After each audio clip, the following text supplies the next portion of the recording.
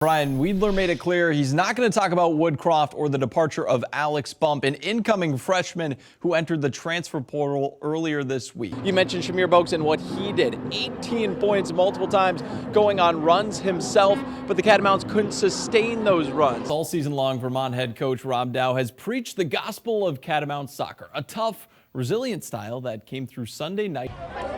Liz, rally's been behind the bar tonight, and I think that tells you everything you need to know about what's been going on here at Threes Brewing in Brooklyn. I'm going to step out of the way so my photographer Chuck can show you what the party looks like. Not much of a secret anymore. Burlington native Alona Marr is an Olympic star. Her 1.8 million followers on TikTok, part of her overall ambassadorship towards the game of rugby. And it's a crazy juxtaposition at a soccer field in the snow, but that's the case with the University of Vermont men's soccer team still alive in the NCAA tournament. Bill Belichick has been admired by some and vilified by many during a rampant streak of winning over the course of his 24 years as the Patriots head coach and general manager. But today's news has the entire league coming together to celebrate the legacy he leaves in New England. You had Michaela Schifrin going for her 100th career World Cup victory, but she falls short because she crashed on her final run of the day. I never had the opportunity to meet Ken Squire, but it's clear to me what made him so special. He made people feel a certain way, a certain childlike wonder that when he was broadcasting a race,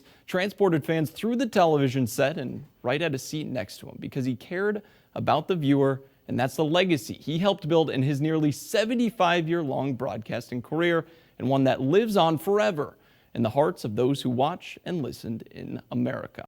Good morning, Adrian. Yeah, you mentioned the fact that training for a marathon is a full-time job. Well, so is preparing for this. This marathon alone takes nearly 10,000 volunteers. Excitement building, especially for those UVM fans looking for the upset. But there's a lot that goes into a Cinderella run, and one of those things is making your three-pointers. Vermont going to struggle if they can't do that tonight against Duke.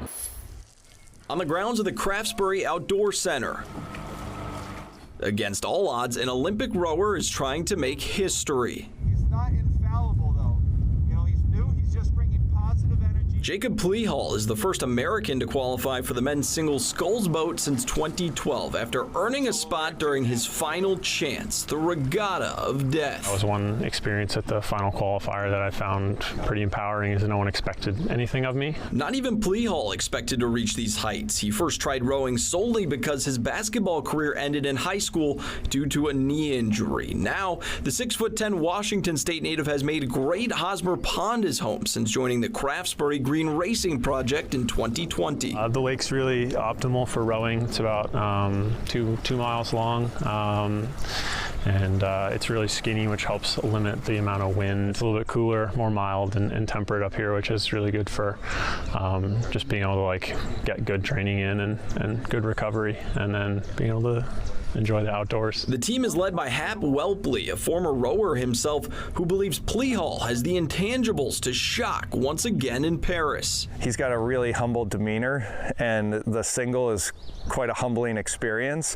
I think it really has worked to keep him in the sport kind of quietly developing. He's made a lot of other boats in the past, but this is his big debut at the Olympics. If you're stubborn and kind of have a little bit of a I don't care, I'm just going to ride this out, like do what I'm going to do attitude, I think that at least in the mental game it can help you out. The duo hopes the mind-body connection pays off in Paris when Plehall hits the water on July 27th for men's single sculls heats.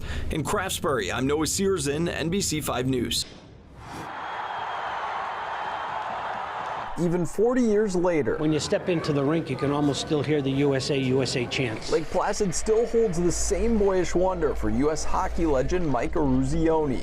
He famously captained the 1980 Miracle on Ice team, but today he leads a different group through sports history. An important part of my life, and an important part of my family's life. I mean, I was telling someone the other day, if we didn't win, things would have changed drastically. Eruzione's wife, 3 children, and his grandchildren getting to relive his playing days, sitting in his old locker and even hitting the ice.